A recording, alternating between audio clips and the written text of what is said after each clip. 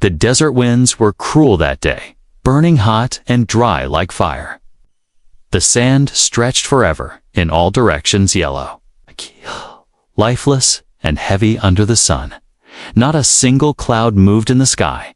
Not a single drop of water had fallen in weeks. This place was known as Dead March, and it earned that name well. In the middle of this harsh land, a small alien girl knelt in the dust. Her skin was pale lavender, cracked from heat and sun. She had big, glowing eyes that once held dreams, but now held only fear and pain. Her thin fingers shook as she held a small creature in her lap, one of her beloved pets. It was dying. Its tiny tongue was dry, its skin cracked, and its breathing weak and slow behind her. Two more small creatures lay motionless, their limbs twitching once in a while. They were no longer strong enough to cry, but their pain was written in every breath. The girl whispered their names, one by one, over and over, as if trying to wake them up. She had no water, no food, and no one to help her.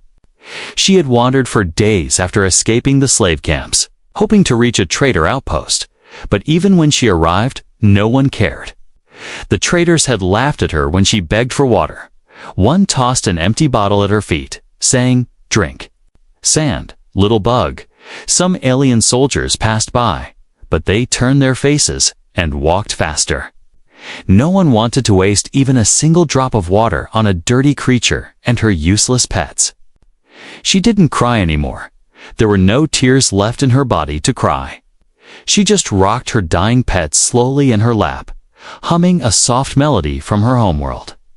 It was a lullaby meant to comfort, but now it only made her feel more alone then. Footsteps, soft at first, then closer. She looked up, afraid it was another cruel face. Another stone, another insult. But instead, she saw something strange, human. He was tall, covered in desert dust, his face half hidden by a scarf. His skin was sunburned, his clothes worn out, and his water bag almost empty. He walked slowly, clearly tired and thirsty. But when he saw her, he stopped. The girl lowered her head, not expecting help. She didn't even ask this time what was the point. But the man didn't pass her by. He crouched down in front of her and looked at the dying creature in her lap. He didn't say a word. He reached for the water pouch on his belt. It was his last pouch, nearly empty. He opened it, looked at it, then looked at the girl's pet, and then he did something no one expected. He slowly poured the last of his water into a small metal lid, then gently brought it to the creature's dry lips. The girl's eyes widened, her mouth opened in shock. "Why?" she whispered, her voice cracked and dry. "You need this. You'll die without it." The human gave a small smile and shook his head. "I'll find more," he said softly, "but your little one won't last an hour." She stared at him, frozen. Everyone else had walked away. Everyone else had kicked her, cursed her, ignored her. But this human gave everything he had for a creature that wasn't even his. The pet blinked, once, then twice. Its breathing grew a little stronger. Its tongue moved again. The girl gasped and touched its face, her hands shaking. "It's working," she whispered. "He's alive." The human stood up slowly and stretched his sore back. He looked around at the endless desert, his eyes scanning the horizon. "Where are you heading?" he asked. I don't know," the girl replied, still watching her pet closely.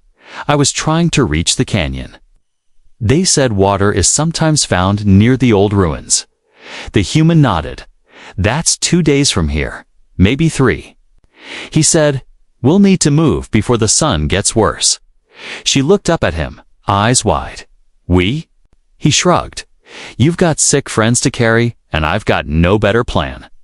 He looked at her again, softer this time. "You don't have to trust me, but I won't leave you here." Her throat tightened. No one had spoken kindly to her since her parents died. She wanted to speak, but words wouldn't come out. So she just nodded. And together, They began walking into the sand, one step at a time, a broken human and a crying alien girl, with nothing but hope and empty hands. But maybe that was enough to begin a new story. Asterisk, the desert sun climbed higher, painting the sky in blinding white. Each step on the sand felt heavier than the last. The little alien girl walked beside the human, carrying her smallest pet in her arms. Its breathing was still weak, but it was alive, and that was more than she had expected today. Behind them, tied to the girl's waist with a cloth strap, were two more of her creatures. They were too weak to walk, but she refused to leave them behind.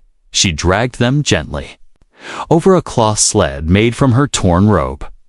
Every time the wind blew hot sand into their faces, she wiped their eyes and whispered, "Hold on, please." The human walked ahead, quiet, scanning the horizon. He didn't ask her name, and she didn't ask his, but there was something strong in the silence between them. Not coldness, but something like respect. After a while, he stopped and pointed at a flat rock that offered a bit of shade. "We'll rest here," he said. "It's not safe to walk under full sun." The girl nodded and sat down, still cradling her pet. She placed it gently on her lap, whispering to it again and again. The human reached into his small pack and pulled out a tiny packet. It was a food paste. The kind soldiers carried, basic, dry, not tasty but filling. He broke it in two and handed one half to her. She stared at it like it was a treasure. "Why?" she asked again, her voice a little stronger now. "Why do you keep helping me?" The man didn't answer right away. He looked at the horizon, his face serious and far away. Then he said softly, "Because someone once did the same for me." The girl blinked, confused. He continued, "Back when I crash-landed on this planet years ago, I had nothing, no food, no water, no help. One of your kind. Not exactly like you, but close. Gave me food. Didn't ask for anything. Just said, 'Don't die, stranger. It's not your time yet.'" The girl looked down, feeling the weight of those words. She had begged so many people, but no one had cared. Now this human who owed her nothing was giving all he had. "My name is Rourke," the human added quietly. The girl looked up, surprised he shared it. "I'm Kelly," she replied in a soft whisper. Then, as if afraid of sounding weak, she added, "And these are my kinna pets. They are family." Rourke nodded, as if he already understood that. "Tell me about them," he said, sitting down beside her. Kelly hesitated at first, but then began to speak. She told him how her people used to live near the mountain lakes. How these creatures were bred not as animals, but companions. Each child was gifted one at birth. They bonded for life. But then the floods came, then the war, and then the slave ships, she said, her voice cracking. "They killed my father and took my mother. I escaped with them. They're all I have left." Rourke closed his eyes for a moment, taking it all in. He understood the pain of losing a family. It never really healed. "I'm sorry," he said. And it wasn't just words. It was a deep, heavy kind of sorry, the kind you feel in your bones as the sun dropped slightly lower. They packed up again. Kelly asked, "Why are you here, Rourke?" "Not many humans stay on this planet. I stayed because I owed someone a life," he answered. "Now, maybe I can repay that debt by helping someone else." They continued walking, the silence now warmer. But far behind them, something stirred. In the sand, shadows moved quietly. Two desert raiders had seen them. From behind jagged rocks, the raiders watched with greedy eyes. One of them whispered, "A human traveler with a rare alien girl and creatures. Worth a fortune." The other smiled, gripping his blade. "Let them walk a little further. Then we strike." Kelly suddenly felt a chill, even in the heat. She turned and looked back, but saw nothing. Just sand and rocks. Still something. Inside her tightened. She moved closer to Rourke and said, "We're not alone." Rourke didn't ask how she knew. He just trusted her. He stopped walking and began scanning the ridges ahead. "Let's keep moving," he said. his voice low, but stay close. As the desert wind picked up again, they disappeared into the golden dunes. One human and one alien girl, both carrying wounds the world couldn't see. But neither would walk alone again. Not now, not ever. Kelly's footsteps sank deep into the hot sand as the wind howled louder. The desert no longer felt empty, it felt hunted. She kept glancing over her shoulder, clutching her pet close. Her sharp alien senses screaming something was wrong, but when she turned to look, there was nothing. Only the sunburned horizon and shifting dunes. Rourke walked beside her with calm steps, but he wasn't relaxed. His hand rested lightly near the tool on his belt. Not a weapon, just a metal rod he'd sharpened like a blade. They had no guns, no backup, and no place to hide, not out here. But still, they kept moving, because stopping would mean death behind them. Two shadowy figures moved low through the sand, covered in dust cloaks and goggles. They were desert raiders, scavengers who hunted the weak. They didn't ride beasts or hover bikes. They preferred to walk quiet and slow, like wolves. They waited for the right moment to pounce. Kelly whispered, "Rourke." "I feel it again." The human gave a small nod and whispered back, "You're not wrong. We're being followed." They reached a line of broken rocks large enough to offer some cover.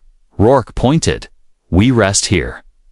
"But it's not for resting." He knelt behind the rocks and motioned for Kelly to keep her creatures low. Then he pulled a tiny mirror shard from his pack and angled it between two stones in the reflection.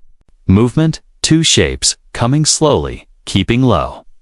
One of them holding something long and sharp, likely a spear. Rourke cursed under his breath. Raiders. And not friendly. Kelly held her breath, heart pounding. "Can we run?" she asked, her voice shaking. "No," Rourke said flatly. "They'd catch us in seconds." He looked around and spotted something, an old metal crate half buried in sand near the rocks. "What's that?" she asked. "Old supply drop container. Maybe left by a survey team years ago." He ran to it, pried it open with a grunt, and inside they found broken flares, rusted wires, and a shattered solar panel. But also something useful, a flash bomb. Rourke smiled. Still intact, he rigged it carefully, placing it behind a rock with a wire trigger leading to their position. "When they come close, I'll blind them. We run for that ridge." He pointed far ahead. "There's a shelter entrance, Sif. We make it there. We're safe." Kelly looked at the shelter. Was far. Too far, but she trusted him. She placed her smallest pet inside her shoulder satchel. Tightening the straps, the other two, she wrapped gently in cloth and tied across her back and chest. "I won't leave them," she said, "even if I slow you down." Rourke didn't argue. Instead, he handed her the small mirror shard. "If I don't make it, use this to send a flare signal from the ridge." Kelly stared at him, suddenly frightened. "No. Don't say that," she whispered. "You gave me water. You stayed. You don't get to give up now." He looked at her with quiet strength. "I'm not giving up," he said. "I'm buying us a chance." The footsteps drew closer. Rourke waited until the shadows were just behind the rocks. Then he pulled. The wire, a loud pop, echoed through the desert as the flash bomb exploded. Blinding white light and heat blasted into the air.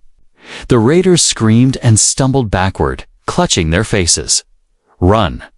Rourke shouted, grabbing Kelly's hand. They sprinted toward the ridge, sand flying behind their feet.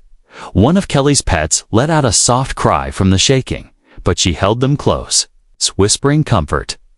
Behind them, one raider recovered, and threw his spear. It sliced through the air. Rourke shoved Kelly down just in time. The spear missed her by inches and buried deep into a rock. They kept running, lungs burning, muscles aching. Kelly's legs gave out once, but Rourke lifted her up. He didn't say a word. He just carried her as if she weighed nothing. Her pets clung to her, and she clung to him. At last, they reached the shelter ridge. A metal hatch lay half buried in sand, ancient and rusted. Rourke slammed his boot against it once, twice, then it hissed open. They tumbled inside and slammed it shut behind them, locking it with a metal rod. Silence, darkness, only their breathing filled the air. Kelly curled around her pets, all three of them, trembling. Rourke sat back against the wall, sweat dripping down his face. "I thought we were dead," she said softly. "So did I," he replied with a tired smile suddenly. A faint hum lit up the shelter ceiling. Blue lights flickered on, revealing dusty walls and faded markings on the floor with something glowing. One of Kelly's pets. It's the smallest one. Its body pulsed with soft blue light. Its pleats and strange shapes flickered on the floor beneath it. Kelly gasped. That's not normal." The creature looked at her, and for the first time, it spoke. Not with words, but with images, sounds, and feelings flooding her mind and Rourke's. They saw a map, a memory, a warning this shelter was not just for hiding. It was a gate to something ancient, something powerful, and maybe something still alive. Rourke's eyes widened. "What are your pets really, Kelly?" She looked at him, trembling. "I don't know, but I think they were never just animals." The shelter lights hummed faintly overhead, flickering like they were trying to remember how to glow after all these years. Dust floated in the air, untouched for decades, maybe centuries. But none of that mattered, because right now, Kelly's smallest pet was glowing softly on the floor. And strange blue lines of light were forming beneath it, shaping symbols and circles like an ancient language waking up. Rourke stood still, staring at the glowing creature. "What is that?" he asked, not expecting an answer. Kelly knelt slowly beside the creature, her fingers shaking as she touched its warm fur.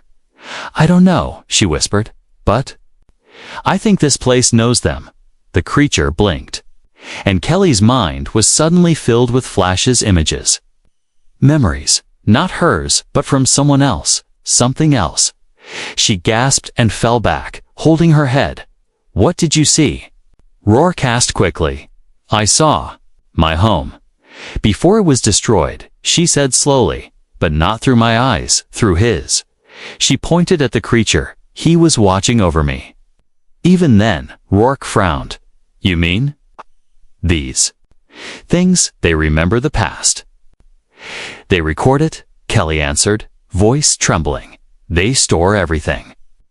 She looked at the creature again, now no longer a simple pet in her eyes. It was more than a companion, it was a living memory, a piece of her planet's soul. And somehow, this shelter responded to it, as if recognizing one of its guardians. Suddenly, the floor beneath them shook gently. A small panel in the wall slid open with a soft hiss, revealing a stairway descending into the dark. Kelly and Rourke exchanged looks. "Do we go down?" she asked. Rourke nodded. "If this thing brought us here, it's not by accident." They moved carefully down the steps, using a flickering handheld light Rourke pulled from his pack. The walls were covered in carvings, not human, not alien, in the common sense, but something older, more refined, and more beautiful. The air grew cooler as they walked deeper.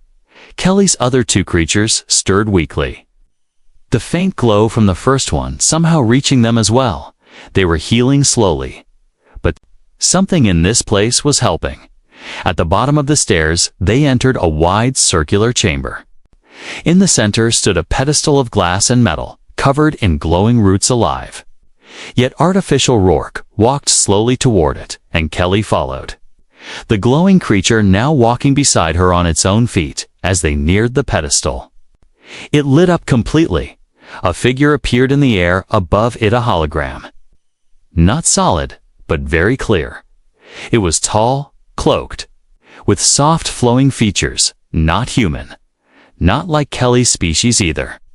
It began to speak not in words, but through images, feelings, and thoughts, just like the pet did. The message was simple, yet powerful. Kelly's creatures were not just animals. They were echo guardians, a lost race of intelligent bioforms, designed to carry memory, emotion, and protection through generations. Each one could bond with a young mind and grow alongside them, learning from their world. When enough echoes were gathered in one place, they could awaken old structures like this one, unlocking ancient technologies, safe zones, and lost knowledge. They were meant to protect, Kelly whispered. To remember what we forgot. Rourke nodded slowly, eyes wide with respect. You didn't just save pets, he said. You carried your world's last protectors across a desert. Without even knowing, Kelly felt tears rise to her eyes for the first time in days. Not from pain, not from fear, but from something else, pride, and a little bit of hope. I thought I was just running away, she said. But maybe. I was running toward something suddenly. The glowing creature turned to Rourke and walked up to him. It placed its paw on his boot and looked up at him. In that moment, he saw images too. A human ship falling from the sky, a younger version of himself screaming in the cockpit, then an alien face reaching toward him. Helping him, it wasn't a memory of his, was the creature's memory of him. You were saved too, Kelly said. Shocked, they helped you before.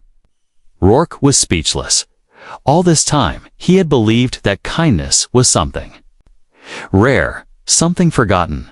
But these Echo Guardians had always remembered. They had saved him. And now, he was returning the gift without knowing. Kelly stood beside him, her creatures glowing gently around her. She whispered, I think they brought us here. Not just to rest, but to wake something up. Behind them, the symbols on.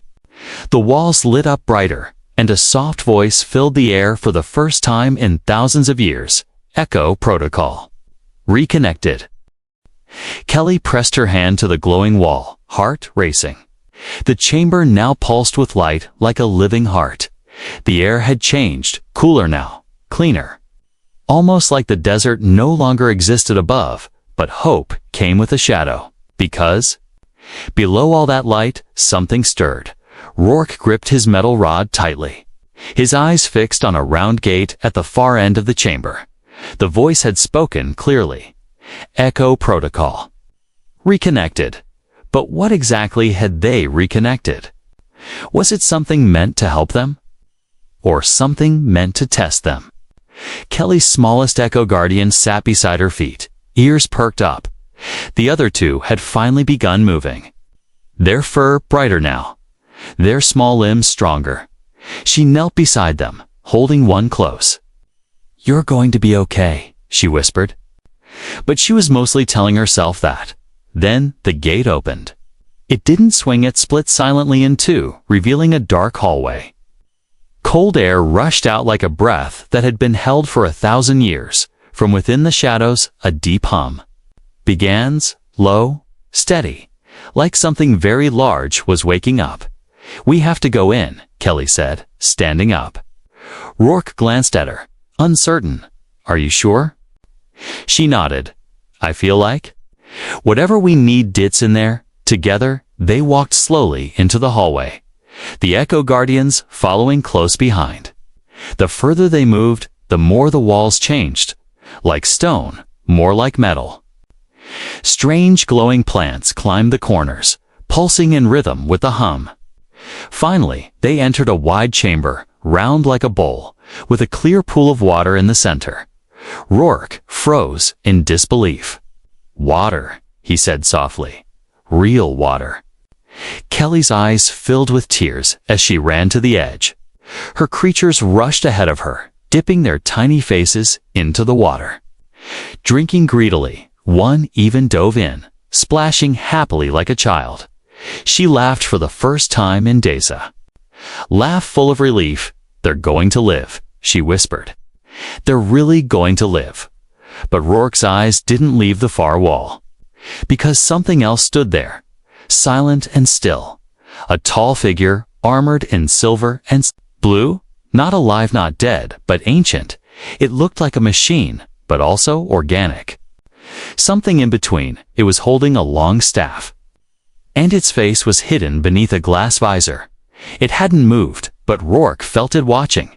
Kelly followed his gaze. "What is that?" she asked. Before he could answer, the thing moved. Its visor lit up with soft white light, and its voice boomed gently through the chamber. Water access granted to Echo Bonded. Then, the light dimmed and its tone changed. But warning. Unauthorized human presence detected. Rourke's jaw clenched. "I don't think it likes me," he said, stepping protectively in front of Kelly. The Guardian machine stepped forward, and now it raised its staff. State purpose, it demanded. Kelly stepped beside Rourke, trembling but strong. "He's with me," she said firmly. "He saved my Echo Guardians." He gave them his last water. The Guardian paused. For a moment, all lights dimmed on. A pulse of energy scanned across the room. Then, the Echo Guardians stepped forward. All three glowed brightly, their bodies pulsing in unison. One of them touched Rourke's boot again, and the Guardian machine stopped moving. It tilted its head slightly, recalculating. It said, then knit. Bowed, human compassion recognized. The Guardian said, Echabond approved. Rourke let out a slow breath and dropped to his knees. "I thought it was going to slice me in half," he muttered. Kelly laughed through her tears. "Maybe. But I think it saw what I see." The Guardian stepped aside, and a panel on the floor opened. Within it was a glowing blue orb hovering in mid-air. The Guardian spoke again. "This is a seed, capable of restoring one desert zone into life." Kelly's eyes widened. "You mean?" "It can grow water and food." "Yes," the Guardian replied, "but only if protected during activation." Then, something else happened. An alarm echoed through the chamber. Red light flashed along the walls. The Guardian turned sharply. To the door behind them, "Raiders have breached outer shell," it said.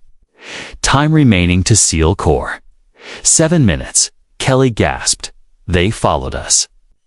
Rourke jumped to his feet. "Of course they did," he said. "They saw light. They knew there was something worth stealing." Kelly looked at the seed core, then at her creatures. "They'll destroy everything," she whispered. "Not if we stop them." Rourke said, gripping his rod. Kelly stepped beside him. "We're not alone anymore," she said, as her Echo Guardians stood tall and ready. "They're stronger now. And I am too." The lights grew brighter, the air sharper, and down the hallway. Footsteps echoed again. Only this time, Kelly and Rourke weren't the ones running. The red alarm light flashed across the chamber like a heartbeat in panic. The floor trembled as distant footsteps echoed down the long hallway closer. Louder, heavier. Raiders had broken through, and they were coming fast. But this time, Kelly wasn't afraid. She stood tall beside Rourke. The three glowing Echo Guardians surrounding her like stars around a moon. Her lavender skin shimmered softly in the reflection of the seed core's light. She could feel it now deep inside her chest. This wasn't just a fight for water anymore. This was a fight for something greater, something ancient. The Guardian machine stepped forward once more, tall and calm. Its deep voice returned. "Final access to seed core must be chosen. Activation requires one of two paths." Kelly blinked, confused. "What do you mean?" The Guardian raised one hand, and two glowing paths appeared on the floor. One led to the seed core's central pedestal, surrounded by peaceful, glowing blue vines. The other, darker, cracked with orange light, led to a second chamber hidden behind a sealed door. "First path, Guardian inheritance," it said. "Only Echo Bonded of native blood may activate the seed core. Permanent link formed. All memory, all pain, will live within the seed forever." Kelly's breath caught in her throat. "I would become a part of it," she whispered. The Guardian nodded. "You will not die, but you will never leave. The seed will carry your essence as its keeper." Rourke stepped forward. "What's the second path?" Second path. Human defender, the guardian answered. One foreign protector may offer life force through trial. If accepted, seed core activates, co-bonded survives. But success is not guaranteed. Kelly's eyes widened in horror. No. You're saying if he chooses that path, he might die. The guardian didn't answer, but the silence was loud enough. Rourke looked at Kelly for a long time, and then he turned toward the darker path. Wait. Kelly shouted, Don't. You dare, Rourke. But he didn't stop. He walked slowly toward the second path, the orange light glowing under his boots. His voice was calm, but strong. I'm a wanderer, Kelly. A man with nothing to lose, but you carry a people, a future, those creatures. Trust you, Kelly ran after him and grabbed his arm. You gave me your water, your food, your protection. Don't give me your life. He smiled down at her. I'm not giving you my life, he said softly. I'm giving you a chance. Tears rolled down her cheeks, hot and stinging. Then we do it together, she said. He shook his head gently. That's not how it works. The guardian raised its staff. Trial begins when defender enters the chamber. Kelly didn't let go of his arm. You're not just a protector, Rourke. You're my family now. Those words stopped him. Just for a second, he looked at her, eyes full of something he hadn't felt in years, belonging, warmth. Home, he touched her forehead gently, like a father calming a child. Then let your family finish what he started, he whispered. And with that, he walked through the sealed door. It closed behind him with a heavy clang inside. The chamber lit up with fire-colored light. Blades of energy floated in the air, spinning slowly. The guardian's voice echoed again from the walls. To defend what is sacred. You must face what you fear most. Kelly waited, her fists clenched. The Echo Guardians circled her protectively, whimpering softly. They felt his pain because they were connected now. Flashes of Rourke's trial burst into Kelly's mind. Him trapped inside memories, reliving the day his crew died. The day he begged for help and no one came. She fell to her knees, sobbing, He's breaking. She whispered, but then the memory changed. This time, he was not alone in the vision. She stood beside him, holding his hand, and the Echo Guardians stood around them, glowing brighter than ever. Suddenly, the orange light exploded into white. The seed core pulsed with power, and the Guardian's voice returned, now stronger. Trial complete. Defender chosen. Seed core activated. The sealed door opened slowly, steam rising as if the room had exhaled. Rourke stepped out, limping, sweating. But alive, Kelly ran to him, nearly knocking him over as she hugged him tight. "You fool!" she cried. "You didn't have to do it alone," he chuckled weakly. "I didn't. I had you." "And them," he said, looking at the Echo Guardians. The Guardian machine raised its staff once more. Seed Core will now release Terra water across 10 kilometers. Desert Zone will transform in 7 days, from deep underground. A rumble began like thunder under their feet. The Seed Core released a pulse so strong the walls shook and light shot upward through the roof. Water would return to the land. Because one human and one alien girl chose to protect instead of destroy. The sky was no longer pale and dead for the first time in years. Rain clouds drifted over the burning desert, not heavy storm clouds, but soft, silver ones. Bringing gentle winds and cool air from the top of the ridge, Kelly watched in silence. As droplets of water fell onto the sand, and the sand, once dry, cracked. Lifeless began to drink. Below her, the valley glowed with soft blue light. The Seed Core had finished its work. Fresh water had burst from the hidden springs below, flowing like veins through the desert. New green shoots had already broken through the dust. Life was returning. Rourke sat nearby, bandages on his arm, tired but smiling. His eyes followed. A group of desert birds flying overhead, creatures that hadn't been seen here in years. He looked over at Kelly. "You know," he said, "I never thought I'd see the desert bloom again." Kelly smiled, her skin now glowing with health. Her echo guardians sat around her feet. Not small or weak anymore, they had changed. Their fur had become sleeker, their movements smoother, and in their eyes there was something human now. Something wise. They were never just pets, Kelly said softly. Rourke nodded. They were waiting for someone who would carry them far enough to wake this place. A sound came from behind them, footsteps on sand, slow and steady. The guardian machine approached.